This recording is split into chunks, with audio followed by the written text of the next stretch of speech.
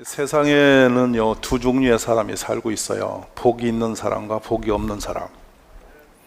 복이 있는 사람과는 같이 옆에 있어도 같이 복을 받게 되고요, 복이 없는 사람은 어느 곳에 가더라도 있는 것도 망가뜨린 사람이에요. 본인이 생각하기는 여러분 어떤 사람 같습니까? 그렇다면 좀 더 도움을 드린다면, 복이 없는 사람은 바람에 나는 겨와 같아서 무엇을 하든지 결과물이 없이 무너지는 사람입니다. 그분이 있는 곳은 죄가 있고 악이 있고 부정이 있고 타락해지고 함께 있는 것이 재앙이 되는 사람이에요. 그런데 복이 있는 사람은 어느 곳에 있든지 범사가 잘 되고 형통한 사람이에요. 이 두 종류의 운명의 결정이 나는데, 사람들은 다 잘 되고 싶어서 몸부림을 하죠. 인생이라는 것을 돌아보면 평생 무엇인가를 쫓아가면서 살다가 미완성으로 끝나는 존재라고 정의하는 분도 있어요. 뭘 하기는 해요. 그리고 노력을 해요. 근데 그 결과가 어딘지 이루지 못하고 갈 수밖에 없는 게 인생이라는 거죠. 그래서 사람이 좀 성숙되면, 세상의 모든 주권이 우리에게 있지 않구나, 사람에게 있지 않구나. 그래서 성경을 보면 그렇게 되어 있죠. 여호와는 죽이기도 하고 살리기도 하시고, 서울에 내리기도 하시고 거기에서 올리시기도 하시고, 여호와는 가난하기도 하고 부하게도 하시고 낮추기도 하고 높이기도 하신다. 인생의 모든 주체가 사람의 노력과 그 어떤 성취도에 있는 것이 아니고 하나님 손에 있다. 그래서 결국엔 하나님과 관계가 좋은 사람일수록 복이 있는 사람이 될 확률이 높아지는 거예요. 오늘 우리가 그런 결단이 이 가을에 있어지기를 간절히 원합니다. 그래서 사도 바울은 내가 잘났다고 고개 들고 교만 떨지 마라. 목이 곧은 백성은 반드시 무너진다. 그러면서 우리가 선줄로 생각하거든 넘어질까를 조심하라. 예수님은 자기를 부인하고 자기 십자가를 지고 나를 따르라, 이렇게 말씀했어요. 자, 중요한 대목이에요. 또 그 길만이 사는 길이다 하면서 좁은 문 좁은 길로 가라. 멸망으로 가는 길은 넓고 커서 찾는 이가 많다. 좁은 문 좁은 길은 생명으로 가는 길이다. 구약에 가서 전체로 복 있는 사람의 이 삶의 모토가 하나 있어요. 순종된 사람입니다. 그 세상에서 가장 능력 있는 사람을 찾아오면 믿음을 가진 사람이죠. 우리 모두 이런 하나님의 주체적인 축복에 임하시기를 기도하십시오. 그래서 사도 바울은 고린도 교인들에게 이런 말씀을 주세요. 하나님의 어리석음이 사람보다 지혜롭고 하나님의 약하심이 사람보다 강한 것이다. 그런데요, 복이 없는 사람의 길은 어떤 일이 벌어지냐면 하나님과 싸움이 됩니다. 하나님이 대적이 되는데 하나님이 그들을 산산이 깨뜨리신다, 부수신다, 이렇게 말씀했어요. 복이 없는 사람들의 특징적 모습이에요. 근데 어째서 복이 없게 되었느냐? 이 사람이 삶이 오만한 자의 자리에 올라가기 때문에. 오만하다는 것은 좀 쉽게 풀면 교만해졌음이에요. 그리고 그 사람의 머릿속에 생각은 늘 악인의 꾀를, 이 모략을 꾸미고 있다. 좋은 걸 계획하지 않고 옳지 않은 것을 계속 머리를 굴려서 생각해낸다. 그리고 항상 어울려 다니는 것은 죄인들과 더불어 지내기를 좋아한다, 이렇게 돼 있어요. 이 오만하다라는 말은 뭐냐면 앞에 있는 죄인과 악인보다 더 차원이 다른 좀 더 안 좋은 분위기인데요, 이게 뭐냐면 원어적으로 가면 입을 삐죽삐죽거린다, 이 뜻이에요. 어떻게 삐죽거리냐면 하나님 말씀을 들으라면 삐죽거리고, 예수 믿으라면 삐죽거리고, 좋은 거 하자면 삐죽거리고, 좀 변화되어서 이렇게 살아보자, 좋은 걸 말하면 삐죽거리고, 계속 어긋땅을 놓으면서 삐죽거리면서 대항을 하는 사람이 오만한 자의 원어예요. 예를 들어 그렇죠. 새벽기도 좀 갈까 그러면 삐죽거려요. 너나 해. 그런 사람 여러분 만나보지 않았어요? 그 사람이 지금 오만한 자에 올라가 있는 거예요. 이래 좀 해보자 그러면 이거 너나 하라니까 이러고 또 삐죽거리는 거예요. 그러니까 하나님의 선한 일을 가서 이렇게 대주면 대든 거예요. 그래서 그는 자기도 모르게 오만한 자에 올라갔는데, 이 오만한 자가 위험한 게 뭐냐면 자각 증상이 없다는 거예요. 죄인도 양심이 때려요. 악인도 양심이 걸려요. 그 말씀에 걸려요. 근데 오만한 자는 좀처럼 걸리질 않아요. 본인이 된 줄로 생각하고 나는 옳다기 때문에 어지간해서는 그분이 변화를 못해요. 사람에 있는 병 중에서도 무서운 병은요, 자각 증상이 없어요. 죽음이 올 때 느껴요. 끝장 가서 느낀다고요. 작은 병, 여러분 감기 같은 것은 지나가는 병이죠. 근데 그런 거는 그냥 자다가 아프고 느끼잖아요. 근데 내 몸이 죽음의 길로 가는 큰 병이 들 때는 어지간한 단계까지는 안 느껴진다고요. 오만한 병이 그런 병이에요. 그리고 누가 너 교만해, 정신 차려 이렇게 말하면 성질을 펑 냅니다. 그래서 아무도 그를 도울 자가 없어요. 말했다가 되려 당할 것 같으니까 에라마 니나 그렇게 살라고 외면해버리는 거예요.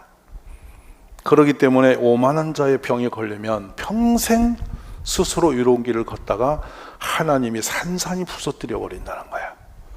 그러므로 복이 있는 사람은 오만한 자의 자리에 앉지 아니하고 이런 거예요. 우리 복이 있어지려면 겸손해지시기를 바랍니다. 여기 오만한 자 이 르츠렘이라는 용어는 어떤 속이냐면 마음이 항상 긍정적이질 않아요. 그리고 항상 대항을 하고 누구 말도 듣지 않아 항상 내가 옳아 이렇게 사는 거예요. 이거 심각한 것입니다. 그래서 귀가 닫히고 깨달음이 없고 보긴 보아도 보지 못하고 이렇게 살아버리는 거예요. 혹시 여러분, 그런데 사람의 말은 들을 수 없지만 우리가 이 하나님 말씀을 대비해 보면 여기서 우리가 깨달음이 오죠. 아, 그랬구나. 내가 여기서 걸렸구나. 이런 것을 여러분이 깨달으면 축복입니다. 이 하늘에 도면이 없어도 텅 빈 같아도 거기도 항공 노선이 있어요. 그 노선이 계속 여러분 비행 중에 어긋납니다. 그걸 다시 도전하고 다시 수정해서 결국에는 목적지를 가는 거죠. 이 성경 말씀이 얼마나 신비롭냐. 우리가 길을 잃었다가도 말씀을 만나면 다시 돌아오는 겁니다. 혹시라도 오만한 자의 길에 선 상황이 된다 할지라도 오늘 말씀을 대비하면서 다시 겸손해지기 원하고, 겸손해지면 여러분 모든 게 감사가 돼요.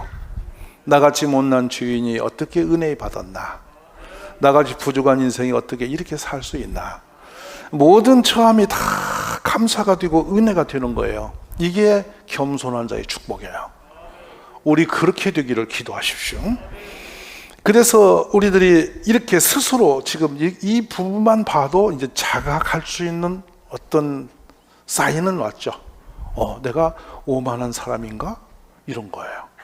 아니면 내가 지금 겸손한 복 있는 사람인가? 이런 거예요. 그리고 지금 현장 내가 서 있는 위치에서 보세요. 지금 복 있는 길을 걸었다면 시냇가에 심겨져 있는 나무 같아요. 시절을 따라 열매를 맺습니다. 이게 무슨 말인지 아세요? 시절을 따라 열매를 맺는다는 건 매우 중요한 일입니다. 무슨 말이냐면 모든 건 때가 있어요. 이 복 있는 사람은 그때 그 열매를 얻어요. 근데 복이 없는 사람은 그때 그 열매를 못 얻고 수고는 했으나 지나가 버려요. 그래서 쭉정이가 되는 겁니다. 이 때가 얼마나 중요한지 아세요? 범사의 모든 건 그때 그 일이 있어야 안전한 거예요. 우리 그런 축복이 있기를 기도하시기 바랍니다. 지구촌에서 가장 강한 군대가 있었죠. 이 애굽의 첨단의 과학적인 철병거보다 더 강한 철병거를 만들어냈습니다. 처음에는 이렇게 바퀴만 달려서 마차를 타고 말 4마리가 몰고 다니는 병거를 끌고 달리면 긴 창을 가지고 휘두르면 사람들이 거침없이 날아갔죠. 무서운 병기였습니다. 근데 그때 병기는 이 바퀴 끝에다가 이 칼을 만들었는데 칼을 이렇게 굽어서 90도로 굽어서 달아서 4개씩을 박았어요. 말 4마리가 이 칼이 휘어진 칼을 달고 내달리면요 시속 한 50, 60km로 달립니다. 사람 사이로 이 철병과 지나가면 걸리면 그냥 난도가 되어버리는 거죠. 싸울 수도 없어요. 말 앞에는 이렇게 딱 철망을 쳐가 있고 바퀴에는 이 칼날이 슉슉슉 돌아가니까 이 철병거를 내리 달려버리면 그 군대는 싸울 겨를도 없습니다.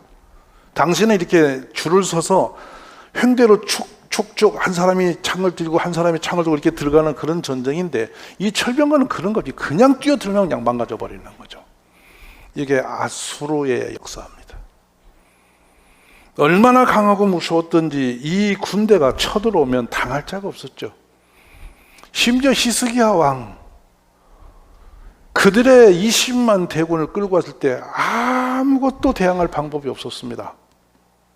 군대 숫자를 초월해서 그들의 철병거 앞에서는 누구도 당할 자가 없었죠. 근데요, 이 강한 나라가 되고 났을 때 그들은 안에서 어떤 일이 벌어지냐면 서로 권력 다툼이 밤을 새우고 날을 새웠습니다. 스스로 자멸해요. 그러자 그들이 그 힘을 내부적으로 다투다가 이 힘을 밖으로 쏘아낸 것이 정복전쟁입니다. 막 물고 들어왔죠.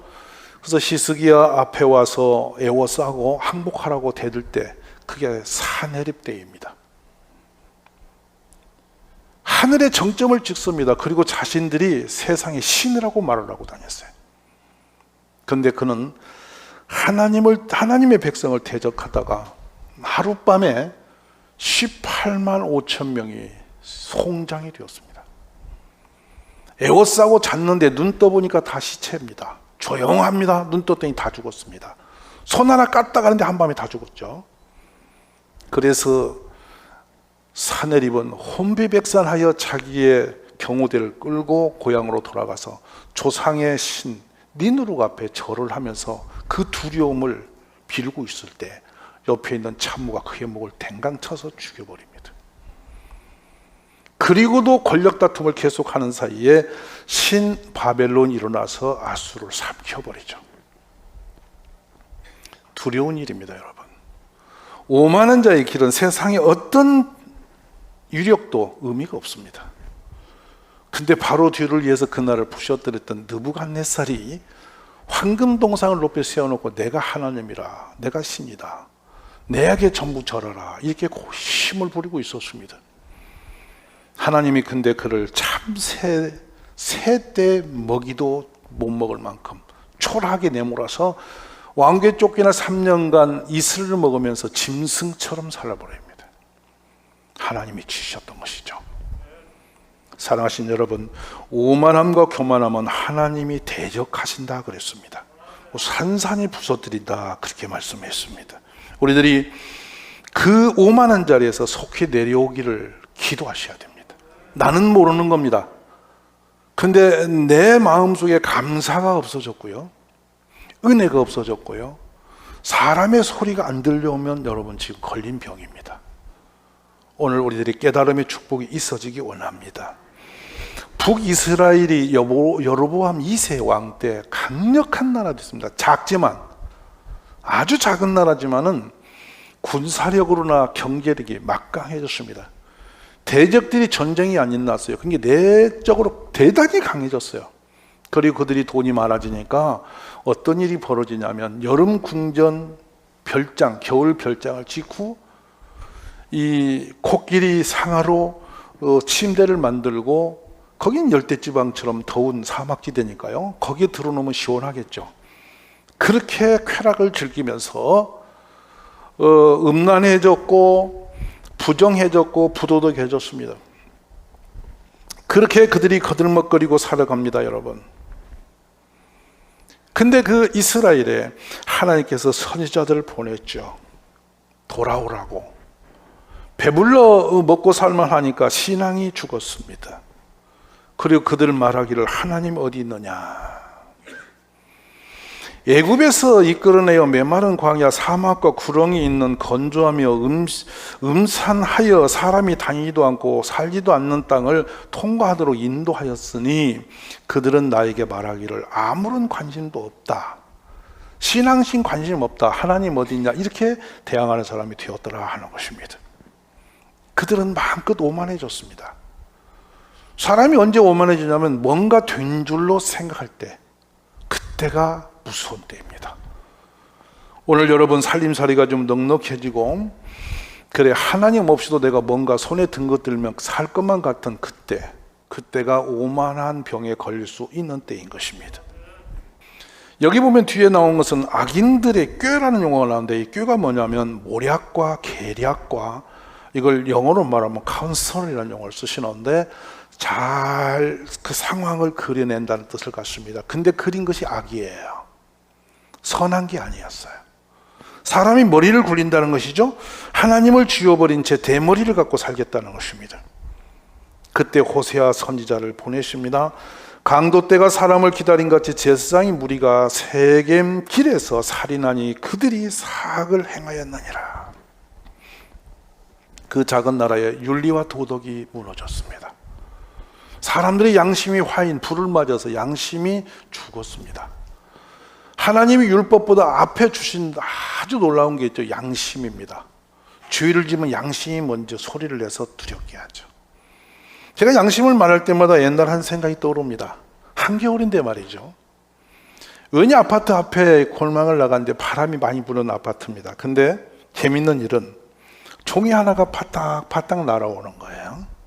그래 보니까 수표 같아. 근데 수표를 봤으면 주웠으면 되는데 왜 간이 떨려? 땀이 나는 거야. 그러자 이분이 주변을 둘러보는 거야. 수표를 보다가. 왜 그랬죠? 누가 있나 본 거죠. 근데 은혜가 임했어. 아무도 없는 거야. 근데 마침 또 넓은 이 운동화를 신고 있는 거라. 때와 찬스가 기가 막히게 숙명적으로 잘 맞아. 그래서 가서 치마를 이렇게 하고 탁 밟아보니까 감쪽같이 가려졌어. 그래서 손을 주머니에 넣어서 그거를 챙겨서 집에 와서 보니까 볼수록 간이 떨리는 거야. 넘어진 거야. 그래서 수표를 성경책에 꽂아놓고 하나님 이렇게 보너스를 주십니까? 하고 감사하는데 밤에 잠이 안 오는 거예요. 불안한 거야. 양심이 울어. 그래서 며칠을 그걸 가지고 불안해 불편해서 광고를 아파트에 냈죠. 현대 아파트입니다. 여기 내놨더니 건너편에 있는 할머니가 찾아오셔서 아이고 내가 그걸 잊어버려서 버스 타고 올라오다 잊어버려서 참 내 속상했는데 어떻게 색식을 주냐고. 그러니까 건네주고 드디어 며칠 만에 잠을 잤다. 뭐가 울은 것이죠? 양심이 그를 깨우신 거죠. 그거를 괜히 자기 것도 아닌 거를 숨겨놓고 며칠간 시달린 걸 생각하니까 기가 막히다는 거야. 그거 붙드는 순간에 예수님도 안 보이고 세상이 다 없어지고 자기가 행운을 잡은 것 같이 좋았더라는 거예요. 혹시 여러분 온당치 않은 것을 품으면 이런 울림이 있어요. 근데 교만의 병은 이런 울림이 없어요. 절대 없어요. 왜냐하면 내가 옳기 때문이라고 생각에 빠지기 때문에요. 그런데 한편 그런 이유가 일어날 때 하나님은 그들을 버리신 적이 없습니다. 너무도 사랑하셨죠. 그래서 농부를 깨웁니다. 양치기를 깨워서 선지자로 보내서 그들 앞에 위치게 합니다. 그리고 심지어 뽕나무를 키우는 사람을 깨워서 또 선지자로 보내서 깨닫게 위칩니다. 심지어는 선지자를 데려다가 창녀하고 결혼시켜서 애를 낳는데 창녀가 자꾸만 나갑니다. 근데도 데려다 살라 해서 여러분 3번이나 그 창녀를 잡아다 자기 부인으로 회복시키는 그 일을 위치게 하십니다. 이스라엘 백성의 영적인 상태를 진단하신 것입니다. 선지자가 내의만 입고 벌거벗은 위로 길댁에 나가서 하나님을 외칩니다. 근데 그들은 잡아다가 그들을 진흙탕에 집어넣고 죽이려고 그랬습니다. 하나님의 음성을 들으니까 괴로운 겁니다. 짜증이 나는 겁니다. 그래서 하나님의 사람들을 만나면 분노하죠. 설교를 들으면 여러분 이것이 깨달음이 되고 은혜가 되어야 되는데 분노가 되는 겁니다. 화가 나는 겁니다. 그럼 내가 이놈의 교회 괜히 왔다는 거지. 하나님 말씀은 살았고 운동력에 있어 이 양의 칼같이 날카롭고 예리하다는 겁니다. 그래서 우리 혼과 영과 관절과 골수를 찔러 쪼개기까지 한다는 거죠. 이게 사는 길인데 내가 가는 길에 걸림돌이 되고 말씀이 기분이 상한다 이 말이죠. 지금 이 시대에 우리가 돌아볼 게 뭔지 아십니까? 우리 교회는 하나님 보시기에 기쁨이 있는 교회인가? 중요한 부분입니다. 나는 구원받은 성도로서 정상적인 신도의 길을 지키고 있는가? 내가 가는 길은 하나님의 기쁨이 되는 길을 걷고 있는가? 우리 자녀는 하나님 보시기에 복이 있는 사람으로 자라고 있는가? 우리 예배는 하나님이 들으실 만하고 역사하실 만한 예배 자리에 서 있는 것인가? 하나님의 기준과 말씀의 기준으로 우리들이 돌아보는 지혜가 있어져야 된다고 믿는 것입니다. 오늘 우리는 죄인들의 길에 서지 않았는가? 나는 오만한 자리에 앉아있지 않는가? 이걸 돌아보심이 복이 있습니다. 하나님은 의인 한 사람을 만나시면 도성의 재앙을 거두십니다. 세상이 아무리 약해도 옳은 교회 하나 있으면 그 나라 붙들어 주시고, 아무리 도성이 악해도 한 사람의 의인의 기도가 눈물이 있으면 그 성을 하나님이 보호하세요. 우리가 그런 교회 되기를 기도하시기 바랍니다. 하나님은 사랑이시라 그 나라를 버리지 못했습니다. 사정없이 무너지는 히스기야 왕이 죽은 뒤에 이스라엘은 무능해진 나라가 되어서 대국의 공물을 바치고 겨우겨우 나라를 유지하고 있었더랬습니다. 근데 하나님께서는 요시야라고 하는 어린 왕을 일으켜 세우면서 그의 복음을 주셨죠. 그가 성벽 공사하는데 거기서 성경 말씀을 만나게 됩니다. 백성들이 하나님의 말씀을 만나고서 위쳐 서서 말씀을 듣고 아멘 아멘 하면서 울고 통곡을 하면서 하나님께 달려가기 시작했습니다. 요시야가 살아있는 동안 이스라엘 백성은 평안해졌습니다. 강국들이 덤벼오지 않았습니다. 나라가 안정권을 차졌습니다. 근데 놀랍게도 그가 전쟁터에서 죽고 나자 이스라엘 백성은 순식간에 다시 오만한 자의 길에 들어갑니다. 이제 하나님 말씀이 질팔펴집니다. 사람들의 패거리가 힘을 얻기 시작합니다. 선지자를 보내 하나님은 끝없이 외치지만 창자를 쏟음같이 통곡하며 길에 엎드려서 하나님께 돌아오라고 외치지만 듣는 자가 없었습니다. 그렇게 하나님 말씀을 외치는 자를 미워라 하고 가서 죽이려고 그랬고 얼검에서 감옥에 가두기도 했었던 것이죠. 오늘도 마찬가지로 여러분, 하나님 우리를 사랑하십니다. 교회를 사랑하십니다. 여러분 한 분 한 분 사랑하십니다. 이 나라를 사랑하십니다. 오늘 우리가 주께로 돌아가는 축복의 역사가 일어나기를 기도하시기 바랍니다. 하나님이 세상을 이처럼 사랑하사 독생자를 주셨으니 이는 그를 믿는 자마다 멸망하지 않고 영생을 얻게 하려 하십니다. 하나님이 그 아들을 세상에 보내신 것은 세상을 심판을 하심이 아니요 그로 말미암아 세상이 구원을 받게 하려 하심이라 그랬습니다. 하나님의 사랑을 가슴 깊이 느끼는 축복이 있기를 바랍니다. 교만은 패망의 선봉이요 거만한 마음은 넘어짐의 앞잡이라. 잠언 16장 18절에 말씀하십니다. 시편 기자는 말씀에서 정리합니다. 복이 있는 사람은 가지 말아야 할 길을 가지 아니하고 가야 할 길을 간다는 것입니다. 오늘 여기에 우리가 본문의 말씀처럼 악인들의 꾀를 따르지 않고 죄인의 길에 서지 않고 오만한 자의 자리에 앉지 않고 복 있는 사람은 오직 하나님의 말씀을 즐거워하여 그 말씀을 밤낮으로 묵상한다 그랬습니다. 우리 모두 이 길에 서시기를 주의 이름으로 축원합니다. 여기 복이 있다는 말씀은 아스레라는 용어로서 뭐냐면 곧게 가다 뜻입니다. 바르게 가다 뜻입니다. 바르게 가는 것이 인간의 의지로 불가능합니다. 말씀 앞에 딱 잡히면 그 길에 가게 됩니다. 그래서 말씀합니다. 여호와의 말씀은 내 발의 등이요 내 길의 빛이다 그랬습니다. 등이 있어야 어두운 길에서 길을 찾을 수 있고 빛을 봐야 인생은 제 길을 걸을 수가 있습니다. 여호와의 말씀이 이 가을에 여러분 곁에 다가오기를 바랍니다. 즐기하여 말씀을 대하는 시간이 많아지기를 바라고 말씀 붙들고 기도하는 역사가 많아지시기를 원합니다. 그리하면 여러분은 시냇가의 심준 나무가 시절을 따라 과실을 맺으며 그 잎사귀가 마르지 아니한 같으니 그의 행사가 다 형통하리로다. 이 축복의 역사가 열릴 줄로 믿습니다.